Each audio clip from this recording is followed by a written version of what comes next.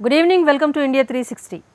ప్రతికూల వాతావరణం దశాబ్దాల క్రితం అప్పటి హెలికాప్టర్ వెరసి ఇరాన్ అధ్యక్షుడు ఇబ్రహీం రైసీతో సహా 8 మంది ప్రాణాలు కోల్పోయేలా చేసింది. అయితే రైసీ హెలికాప్టర్ కూలిపోవటంపై ఇప్పుడు కుట్ర సిద్ధాంతాలు ఊపందుకున్నాయి. రైసీ హెలికాప్టర్ ప్రమాదానికి గురి కాలేదని, ఫలానా వాళ్లే కూల్చేశారు అంటూ సోషల్ మీడియాలో ప్రచారం ఊపందుకుంది. ఈ ప్రచారాలతో అమెరికా, ఇజ్రాయిల్ ఉలిక్కిపడ్డాయి. వెంటనే ఈ ఘటనలో తమకు ఎలాంటి పాత్ర లేదని తేల్చి చెప్పాయి. ఈ విషయంలో ఇప్పటి వరకు ఇరాన్ ఎలాంటి ప్రకటన చేయలేదు. హెలికాప్టర్ కూలిపోవటంపై టెహ్రాన్ ఇప్పటికే దర్యాప్తు కోసం ఆదేశించింది. కానీ సోషల్ మీడియా మాత్రం ఎలాంటి ఆధారాలు లేని అసంబద్ధమైన కట్టుకథలనే ప్రచారం చేస్తోంది. ఇంతకు ఏమిటా కుట్ర సిద్ధాంతాలు? ఎవరిపై ఆరోపణలు చేస్తున్నారు? వద్ది స్టోరీ. అధికార దాహమే రైసీ ప్రాణాలను బలిగొందా? రైసీ చాపర్ ఘటనలో అమెరికా, ఇజ్రాయెల్ హస్తం ఉందా? యూద లేజర్ కిరణాలే రైసీ హెలికాప్టర్ ను కూల్చేశాయా? ఇరాన్ అధ్యక్షుడు ఇబ్రహీం రైసీ ప్రయాణిస్తున్న హెలికాప్టర్ మిస్టీరియస్ గా కూలిపోయింది. కొన్ని గంటల వెతుకులాట తర్వాత అధ్యక్షుడు మృతి చెందినట్టు ఇరాన్ ప్రకటించింది. ఇక్కడే కుట్ర సిద్ధాంతకర్తలు సీన్లోకి ఎంట్రీ ఇచ్చారు. హెలికాప్టర్ కూలిపోవడం వెనుక ఇజ్రాయిల్ ఉందని కొందరు వాదిస్తున్నారు. మరికొందరు మాత్రం అమెరికా హస్తం ఉందంటున్నారు. ఇంకొందరు స్పేస్ లేజర్స్ పాత్ర ఉందని చెప్పుకొస్తున్నారు. ఈ కుట్ర సిద్ధాంతాలన్నీ తీవ్ర అసంబద్ధమైనవి. ఈ వాదనలకు ఎలాంటి ఆధారాలు లేవు. కానీ ఇలాంటి కుట్ర సిద్ధాంతాల ప్రచారం మాత్రం వెరీ డేంజరస్. ఇక్కడ మనం చెప్పుకుంటున్నది అత్యంత ఉద్వేగమైన, క్రూరమైన ఇరాన్ పాలకుల గురించి అన్న విషయం మర్చిపోరాదు. ఇరాన్ పాలకులకు ప్రపంచవ్యాప్తంగా ఎంతో మంది శత్రువులున్నారు. ఇలాంటి తరుణంలో విషయం ఏదైనా స్పష్టంగా ఉండాలి, అంతేగాని కుట్ర సిద్ధాంతాలు కాదు. అదే సమయంలో ఇరాన్ పాలకులు ఏం చెబుతున్నారో స్పష్టంగా వినాల్సి ఉంటుంది. ప్రస్తుతం ప్రచారం జరుగుతున్న కుట్ర సిద్ధాంతాల్లో అత్యంత క్రూరమైనవి కూడా ఉన్నాయి. ముందుగా మొదటి విష ప్రచారం గురించి చూద్దాం. రైసీ హెలికాప్టర్ ను మొసాద్ కూల్చేసినట్టు కట్టుకథ ప్రచారం జరుగుతోంది. మొసాద్ అనేది ఇజ్రాయెల్ నిఘా సంస్థ. జేమ్స్ బాండ్ స్టైల్లో ఆపరేషన్లు చేయడంలో మొసాద్ను మించిన సంస్థ లేదంటే అతిశయోక్తి కాదేమో. చాలా వరకు సోషల్ మీడియా ఖాతాల్లో రైసీ హెలికాప్టర్ క్రాసింగ్ వెనుక మొసాద్ ఉన్నట్టు చెబుతున్నాయి. నిజానికి గతంలో ఇరానియన్ న్యూక్లియర్ శాస్త్రవేత్తతో సహా పలువురు అధికారులను ఇజ్రాయెల్ నిఘా సంస్థ మొసాద్ మట్టుబెట్టింది. కానీ దేశాధ్యక్షుడిని అంతం చేయడం అన్నది మాత్రం హై రిస్క్ తో కూడిన అంశం. సింపుల్ గా చెప్పాలంటే అధ్యక్షుడిపై దాడి చేయడం ఆ దేశంపై యుద్ధానికి దిగడంతో సమానం. ఇలాంటి పరిణామాలను ఓపెన్ వార్ గానే చెప్పొచ్చు. చాపర్ పైలట్ ఇజ్రాయెల్ కి చెందిన ఏజెంట్ గా హమాస్ ఆరోపిస్తోంది. ఇది నిజమని వెంటనే నిర్ధారణకు రాకండి. హమాస్ చెబుతున్న ఏజెంట్ పేరు హెలికాప్టర్ అట. నిజానికి కొన్ని న్యూస్ ఛానల్స్ ఇది నిజమని నమ్మేసి వార్తలను ప్రచారం కూడా చేశాయి. ఫ్రాంక్ గా చెప్పాలంటే ఇది జస్ట్ విషయాన్ని సాగదీయడమే. యుద్ధం సగంలో ఉండగా ఇరాన్ అధ్యక్షుడు ఇబ్రహీం రైసీని చంపేయడంతో ఇజ్రాయెల్ కు ఎలాంటి ప్రయోజనం ఉండదు. అలాంటి పని ఇజ్రాయెల్ చేస్తే మాత్రం ఆ దేశానికి అది ప్రతికూలంగా మారుతుంది. వాస్తవానికి ఇలాంటి కుట్ర సిద్ధాంతంపై ఇజ్రాయెల్ ఆందోళన చెందుతోంది. దీనిపై ఇజ్రాయెల్ కు చెందిన ఓ అధికారి స్పందించారు. కేవలం ఒకే విషయాన్ని సదరు అధికారి వెల్లడించాడు. ఏమనంటే రైసీ మృతి ఘటన వెనుక తాము లేవని స్పష్టం చేశారు. కుట్ర సిద్ధాంతాలు ప్రచారం జరుగుతున్న సమయంలో మౌనంగా ఉంటే అవి నిజమని నమ్మే అవకాశం ఉంది. అందుకే ఇజ్రాయెల్ తమ వైపు నుంచి క్లారిటీ ఇచ్చింది. ఇక రెండో కుట్ర సిద్ధాంతం ఏమిటో ఇప్పుడు చూద్దాం. రైసీ హెలికాప్టర్ కూల్చివేతలో అమెరికా హస్తం ఉందని ప్రచారం జరుగుతోంది. గతంలో ఇరానియన్ అధికారులను సీక్రెట్ ఆపరేషన్లతో మట్టుబెట్టిన చరిత్ర అమెరికాకు ఉంది. ఈ నేపథ్యంలో వాషింగ్టన్ వెంటనే డ్యామేజ్ జరగకుండా అప్రమత్తమైంది. ఇరాన్ అధ్యక్షుడి హెలికాప్టర్ క్రాష్ వెనుక అమెరికా హస్తం లేదని స్వయంగా ఆ దేశ రక్షణ శాఖ మంత్రి లాయిడ్ ఆస్టిన్ స్పష్టంగా చెప్పారు. రైసీ హెలికాప్టర్ ఘటనలో మెకానికల్ ఫెయిల్యూరే కారణమని, పైలట్ తప్పిదాలు కూడా ఉన్నాయని వెల్లడించారు.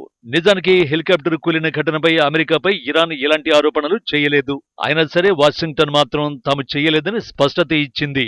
అమెరికా చెబుతున్నది నిజమనడానికి అవకాశాలు ఎక్కువగా ఉన్నాయి. ఆ దేశ అధ్యక్షుడు జో బైడెన్ పశ్చిమాసియాలోని ఓ యుద్ధాన్ని ఆపడానికే అష్టకష్టాలు పడుతున్నారు. ఇలాంటి తరుణంలో మరో యుద్ధాన్ని బైడెన్ ఏమాత్రం కోరుకునే అవకాశం లేదు. అంటే రైసీ హెలికాప్టర్ ఘటన వెనుక అమెరికా పరోక్ష పాత్ర కూడా ఏమాత్రం లేదు.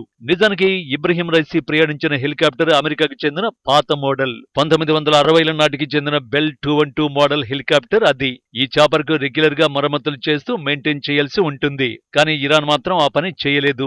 ఎందుకంటే ఆ దేశంపై పశ్చిమ దేశాల ఆంక్షలు ఉండడమే కారణం. తమ అధ్యక్షుడి మరణానికి అమెరికానే బాధ్యత వహించాలని కొందరు ఇరానియన్లు వాదిస్తున్నారు. ఇరాన్ మాజీ విదేశాంగ మంత్రి జావేద్ జరీఫ్ ఇలాంటి వాదనే చేస్తున్నారు.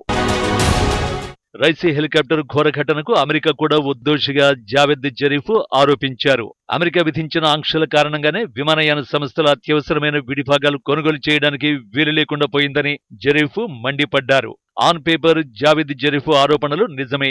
కానీ ఇరాన్ న్యూక్లియర్ ప్రోగ్రాం కారణంగానే అమెరికా ఆంక్షలు విధించిందన్న విషయాన్ని జరీఫ్ మర్చిపోయారు. కేవలం అమెరికాపై విమర్శలు గుప్పించడంతో ఇరాన్కు ఏమాత్రం ఉపయోగం ఉండదు. ఆంక్షల నేపథ్యంలో ప్రత్యామ్నాయంగా సొంత టెక్నాలజీని ఏర్పాటు చేసుకునే అవకాశం ఉన్నా ఇరాన్ పట్టించుకోలేదు. ఇప్పుడు మూడో కుట్ర సిద్ధాంతం చూద్దాం. అంతర్గతంగా అధికారం కోసం పోరాటాలు. నిజానికి Ebrahim Raisi next supreme leader పదవిపై కన్నేశారు. ప్రస్తుత supreme leader Ayatollah Ali Khamenei స్థానానికి చేరుకోవాలన్నది రైసీ లక్ష్యం. కానీ సుప్రీం లీడర్ స్థానానికి మరో వ్యక్తి పోటీ పడుతున్నట్టు అక్కడి నిపుణులు విశ్లేషిస్తున్నారు. ముస్తబా ఖమేనీ పేరు తెరపైకి వస్తోంది.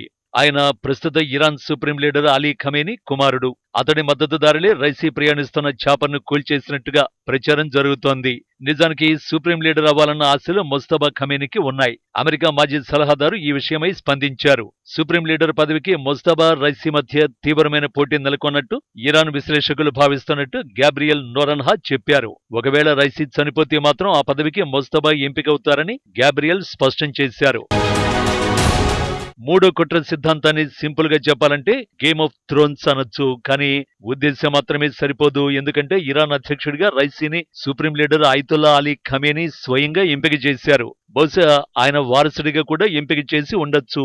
ఇలాంటి తరుణంలో రైసీని అలీ ఖమేనీ కుమారుడు చంపే ధైర్యం చేయగలడా అంటే అసంభవం. అంతేకాదు ముస్తబా పాత్ర కూడా బలహీనంగా ఉంది. చాలా మంది సుప్రీం లీడర్ విధేయులు వారసత్వ ఆలోచనను ఇష్టపడటం లేదు. సో రైసీ మృతి చెందినంత మాత్రాన ముస్తబాను ఎంపిక చేయడానికి అవకాశమే లేదు. ఇదే మనల్ని చివరి కుట్ర సిద్ధాంతానికి తీసుకువెళ్తుంది. బహుశా మిగిలిన కుట్ర సిద్ధాంతాల కంటే నాలుగోది విచిత్రమైనది. అదేమిటంటే స్పేస్ లేజర్స్. రైసీ ప్రయాణిస్తున్న చాపర్ను లేజర్ ద్వారా కూల్చేసినట్టు చాలా సోషల్ మీడియా ఖాతాలో పోస్టులు కనిపిస్తున్నాయి. నిజానికి ఇది ఫేక్ ప్రచారం. అసలు స్పేస్ లేజర్స్ ని ఎందుకు ఈ మ్యాటర్లోకి తీసుకొచ్చారు అంటే ఇది పాపులర్ యోధ వ్యతిరేక సిద్ధాంతం. దీని గురించి తెలుసుకోవాలంటే 2018కి వెళ్లాల్సిందే. అప్పట్లో అమెరికా రాష్ట్రం కాలిఫోర్నియాలో కారు చిచ్చు రేగింది. దీనికి కారణం వాతావరణ మార్పులేనని చాలా మంది నిపుణులు వెల్లడించారు. కానీ ఓ రాజకీయ నాయకురాలు మాత్రం భిన్నమైన వాదన వినిపించారు. ఆమె పేరు మార్జరీ టేలర్ గ్రీన్. రిపబ్లికన్ పార్టీకి చెందిన ఆమె జూయిష్ స్పేస్ లేజర్స్ కారణంగానే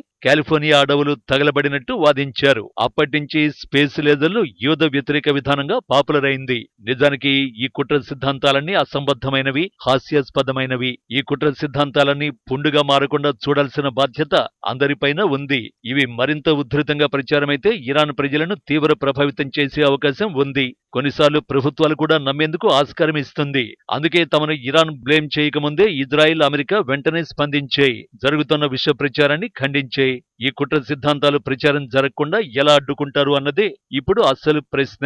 ఇది కేవలం ఇరాన్ పైనే ఆధారపడి ఉంటుంది. హెలికాప్టర్ కూలిపోవడంపై ఇరాన్ దర్యాప్తు జరుపుతోంది. చాపర్ కూలిపోవడానికి తీవ్ర వాతావరణమే కారణమా లేక సాంకేతిక సమస్యలే కారణమా అన్నది తేలాల్సి ఉంది. అప్పటి వరకు ఇలాంటి కట్టుకథలు ప్రచారంలోనే ఉంటాయనడంలో ఎలాంటి సందేహం లేదు.